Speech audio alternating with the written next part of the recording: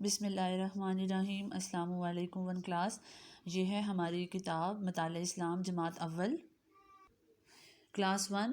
آپ سب اسٹوڈنٹس اپنی کتابیں کھولیں اور آج ہم جو پڑھیں گے یہ ہے ہمارا سبق نمبر 1 اور جس کا عنوان ہے اللہ تعالیٰ۔ ٹھیک ہے ون کلاس، ہم سب اسٹوڈنٹس کو پتہ ہے کہ اللہ تعالیٰ کون ہے، اللہ تعالیٰ کتنے ہیں، اللہ تعالیٰ نے ہمیں کیا کیا چیزیں دی ہیں۔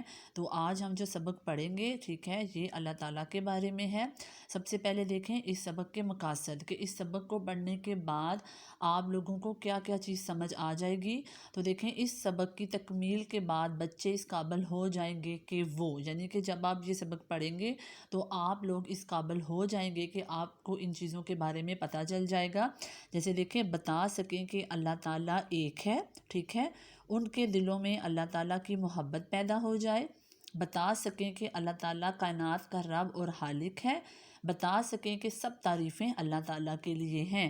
یعنی کہ یہ سبق پڑھنے کے بعد آپ سب اسٹوڈنٹس اس قابل ہو جائیں گے کہ آپ سب اسٹوڈنٹس کو پتہ چلے کہ اللہ تعالیٰ ایک ہے، اللہ تعالیٰ سے آپ کو کتنی محبت ہے، اور اللہ تعالیٰ ہی اس کائنات کا رب اور خالق، ٹھیک ہے، اس کائنات کو بنایا بھی اللہ تعالیٰ نے ہے، ٹھیک ہے، اور سب تعریفیں جو ہیں وہ کس کے لیے ہیں، اللہ تعالیٰ کے لیے۔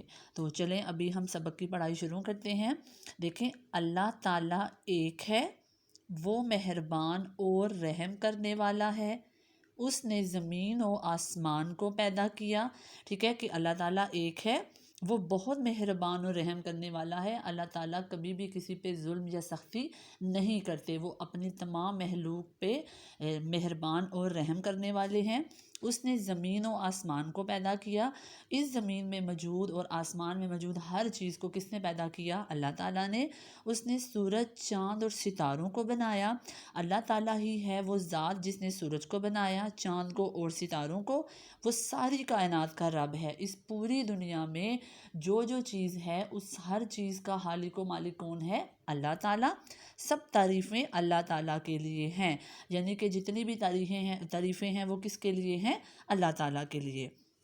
تو ون کلاس یہ تھا ہمارا آج کا سبق نمبر 1 جس کا عنوان ہے اللہ تعالیٰ۔ آپ سب اسٹوڈنٹس نے اس سبق کی بہت اچھے سے پڑھائی کرنی ہے 1 سے 2 دفعہ، تاکہ یہ سبق آپ کو بہت اچھے سے یاد ہو جائے۔ تو ون کلاس یہی تھا ہمارا آج کا مطالعہ اسلام کا کام۔ آپ سب اسٹوڈنٹس اپنا بہت خیال رکھیے گا۔ اللہ حافظ۔